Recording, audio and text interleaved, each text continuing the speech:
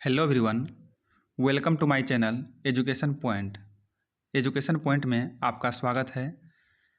सबसे पहले आप सभी को मेरे तरफ से नव वर्ष 2026 की हार्दिक शुभकामनाएं। आज है 1 जनवरी 2026 और 1 जनवरी 2026 से बनने वाले सभी महत्वपूर्ण करंट अफेयर्स का MCQ फॉर्म में रिवीजन करेंगे, जो कि आगामी आने वाले सभी प्रतियोगी परीक्षाओं के लिए अत्यंत लाभकारी सिद्ध होगा। इसका PDF हमारे टेलीग्राम चैनल पर अवेलेबल है, जिसका लिंक वीडियो के डिस्क्रिप्शन बॉक्स में दिया हुआ है। और हाँ, यदि आप हमारे चैनल को सब्सक्राइब नहीं किए हैं तो कृपया हमारे चैनल को सब्सक्राइब कर लें। तो चलिए बिना देरी किए स्टार्ट करते हैं।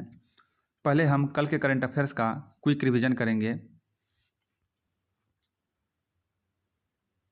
हाल ही में ग्रीन टू गोल्ड पहल के तहत किसने औद्योगिक भांग की खेती को मंजूरी दी है?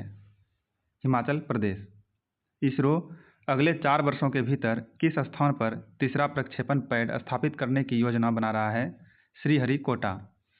सिंधु जल संधि को स्थगित करने के बाद हाल ही में सरकार ने किस नदी पर एक और जल विद्युत परियोजना को मंजूरी दी है?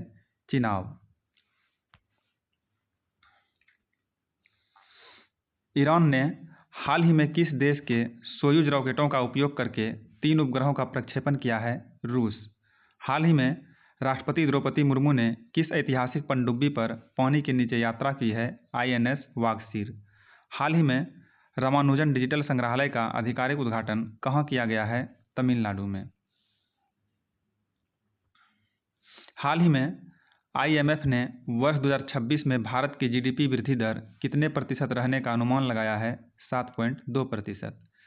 राष्ट्रपति द्रौपदी मुर्मू द्वारा हाल ही में किस भाषा में संविधान के नए संस्करण का शुभारंभ किया गया है? संथाली।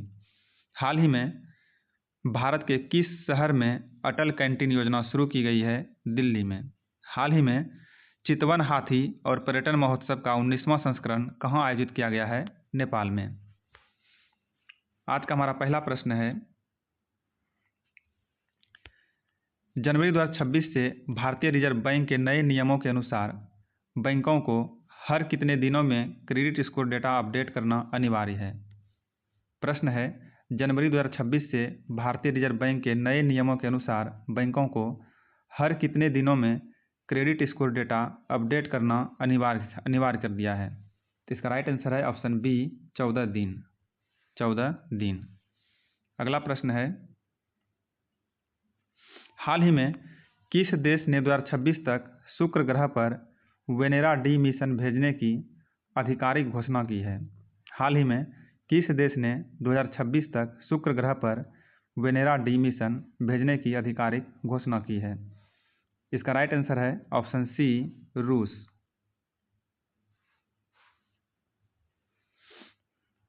अगला प्रश्न है,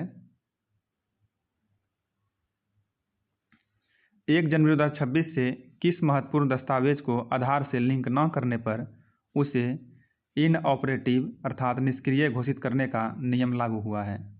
प्रश्न है, 1 जनवरी 2026 से किस महत्वपूर्ण दस्तावेज को आधार से लिंक न करने पर उसे इनऑपरेटिव अर्थात निष्क्रिय घोषित करने का नियम लागू हुआ है?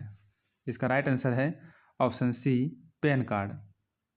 पैन कार्ड को जो है 1 जनवरी 2026 से आधार के साथ लिंक करना एकदम महत्वपूर्ण समझा गया है, और जिसका लिंक नहीं है उसके पैन कार्ड या आधार कार्ड को इनऑपरेटिव यानी निष्क्रिय घोषित कर दिया जाएगा। अगला प्रश्न है,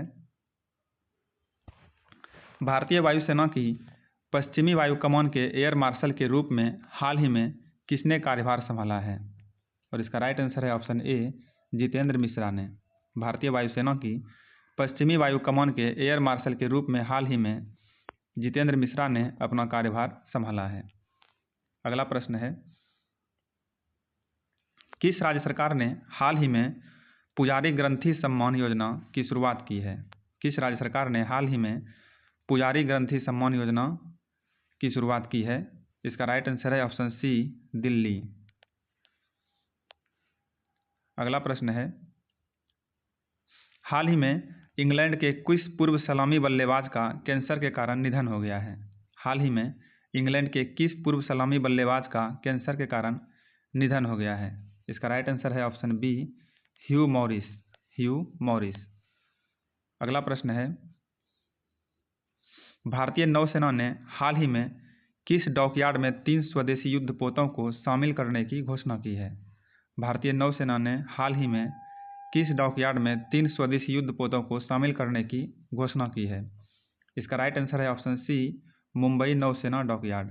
मुंबई नौसेना डॉकयार्ड। अगला प्रश्न है, केंद्र सरकार की नई शिक्षा नीति के तहत 1 जनवरी 2026 से किस कक्षा तक मातृभाषा में शिक्षा को अनिवार्य करने का निर्देश दिया गया है? केंद्र सरकार की नई शिक्षा नीति के तहत 1 जनवरी 2026 से किस कक्षा तक मातृभाषा में शिक्षा को अनिवार्य करने का निर्देश दिया गया है? इसका राइट आंसर है ऑप्शन बी, कक्षा 5। कक्षा 5। अगला प्रश्न है, हाल ही में चर्चा में रहा प्रोजेक्ट कुशा किससे संबंधित है? हाल ही में चर्चा में रहा प्रोजेक्ट कुशा किससे संबंधित है? और इसका राइट आंसर है ऑप्शन बी, वायु सुरक्षा प्रणाली से। वायु रक्षा प्रणाली से।